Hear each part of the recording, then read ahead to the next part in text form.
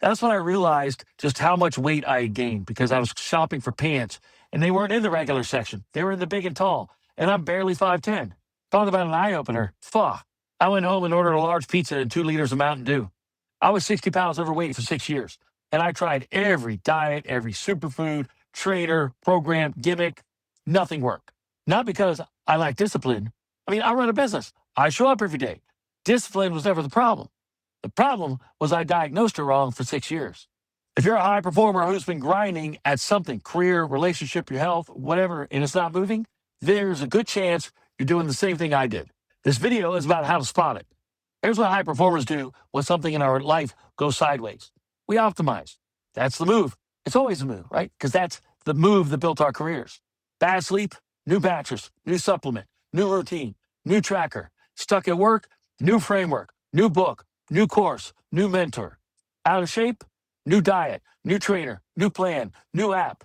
Marriage flat, new date night, new vacation, new therapist. We treat every problem like a system that needs better inputs. That playbook built our careers, our income, our reputations. So when something in our personal life starts breaking, we run the same play. And we run it, and run it, and run it for years. And nothing changes. In my case, the thing that was breaking was my body. I was 60 pounds overweight. 60 pounds. That's a kid. I was drinking 2 liters of Mountain Dew a day, eating like garbage, telling myself, well, every Monday, this will be the week I get serious. Every New Year, okay, this is going to be the year. Yeah, bullshit for 6 years. Clean eating, calorie counting, CrossFit, personal trainers, home workouts, every single thing worked for a few weeks, and then the weight came back. And then a little bit more on top of that. Every time I ran the same goddamn internal story. I just need to follow the right system. I just need to be more consistent. I just need better discipline. That's the optimizer talking. The optimizer always thinks the answer is better input. The optimizer never asks, are you solving the right problem? And then 6 years in, it hit me like a ton of bricks. I admitted something I'd been avoiding. I wasn't eating because I was hungry. I was eating because I built a life I didn't want to be present for. And food was how I checked out of it. The food wasn't the problem. The food was the anesthesia. This is one of about a dozen thinking errors I see high performers run on themselves constantly. And I built a toolkit that walks through them. It's free. Link is in the description. If you've been grinding at something for years and not moving, that's where I'd start. Here's how I think about this now. Picture a room with a carpet on the floor. The carpet is everything you do on the surface, okay? The diet, the workout, the morning routine, the productivity system, the new job, the vacation, supplements, the therapist, the leadership book, the coaching program. Underneath the carpet is the floorboard. The floorboard is what you're tolerating when you don't want to look at, the role you've outgrown, or the relationship that's gone flat, or the version of yourself you've been quietly losing, or the life you built that doesn't fit anymore. Now, let's say the floorboard is rotted. You pull up the old carpet, you buy a new one, nicer fabric, better color, higher thread count. You lay it down on that rotted floorboard. What happens? The new carpet rots too. 6 months in, it's already showing wear. 12 months in, it's worse than the old one. So what do you optimizers do? You buy another carpet. Nicer, more expensive. This time it'll be different. Please. It rots too. That's what every diet I tried was doing. Laying nicer carpet over a floorboard I refused to look at. The diets weren't bad. The trainers weren't bad. And the programs weren't bad. The floorboard was rotted.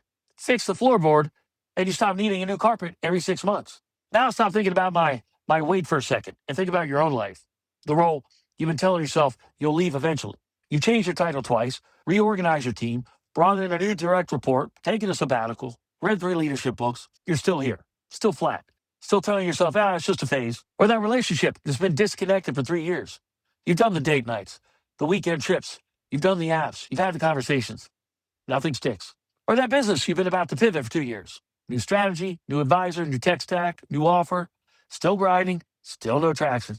Or the version of yourself you keep meaning to get back to. Yeah, I know that one well. New gym, new supplements, new sleep tracker, new morning routine. Still not him. I mean, shit, man. How many carpets have you laid down on that? How many years have you been carpet shopping while the floorboard rots underneath?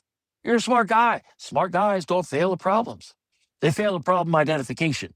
They bring all their horsepower to bear on the wrong carpet. That's the fucking trap. So here's where I'd leave you. Pick one thing in your life that's been stuck for more than a year. Not because you haven't tried. I mean, stuck despite the trying. Stuck while you've been actively grinding at it. Now, ask the question most high performers refuse to ask. What if the thing I think the problem is, isn't actually the problem? That question is like taking a trip to the proctologist. It is uncomfortable, genuinely uncomfortable. But you'll be glad you did it. Because if the floorboard is rotted, the carpet shopping was wasted years. Nobody wants to look at that. Most guys won't ask it. They'll just keep optimizing, keep grinding, keep telling themselves the next system is the one. The years go by anyway. The only question is whether the next 6 look like the last 6. In part 2, I'm going to walk you through how to find the rotted floorboards in your own life, how to spot them, and what to do once you see them. The toolkit's in the description if you want a head start. You don't need a better plan. You need a better diagnosis. See you on part 2.